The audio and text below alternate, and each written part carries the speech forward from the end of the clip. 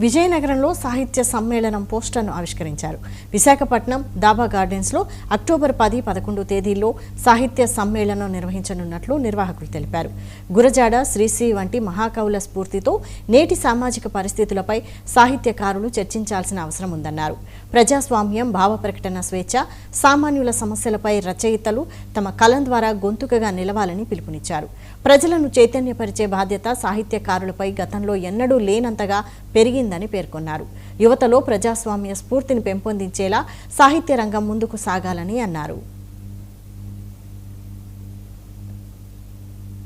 ఈ రెండు సంస్థలను నేను మనస్ఫూర్తిగా అభినందిస్తున్నాను. అది గురజాడ ఇంటి నుండే మొదలవడం, తెలుగువారి సాంస్కృతిక రాజధాని, సాహితీ రాజధానిలో మొదలవడం అనేది చాలా మంచి శుభసూచకంగా నేను భావిస్తున్నాను. ముఖ్యంగా దేశాన్ని నిర్దేశం చేసే శక్తి సాహిత్యానికి ఉంది. సాహిత్యం ఎప్పుడూ సమాజాన్ని చేపట్టుకొని నడిపించాల్సిన బాధ్యత కూడా సాహిత్యానికి ఉంది. అయితే ఈ మధ్య కొన్ని అపోహలు కలిగాయి.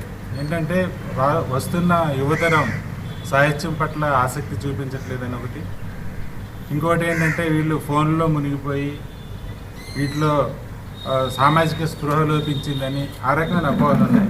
అయితే అది అపోహలని ఈ మధ్య జరిగిన పరిణామాలు తెలియజేస్తున్నాయి. యువతలో సామాజిక స్పృహ మెండుగా ఉంది. దానికి సాహిత్యం కూడా తోడవ్వాలి. తోడైనప్పుడు, సరైన సాహిత్యం తోడైనప్పుడు, సరైన నిర్దేశం జరిగినప్పుడు సామాజిక మార్పులు వాటంతటే వస్తాయి. ఆ కృషిలో భాగంగా మీరు చేస్తున్నందుకు మీకు ధన్యవాదాలు తెలియజేస్తూ, ఇంకోటి ఇప్పుడు జరుగుతున్న పరిణామాలు కూడా గమనించాలి. ఒక బాఫర్స్ గన్ చేయలేని పని ఒక చిన్న స్లోగన్ చేయగలరు. దీన్ని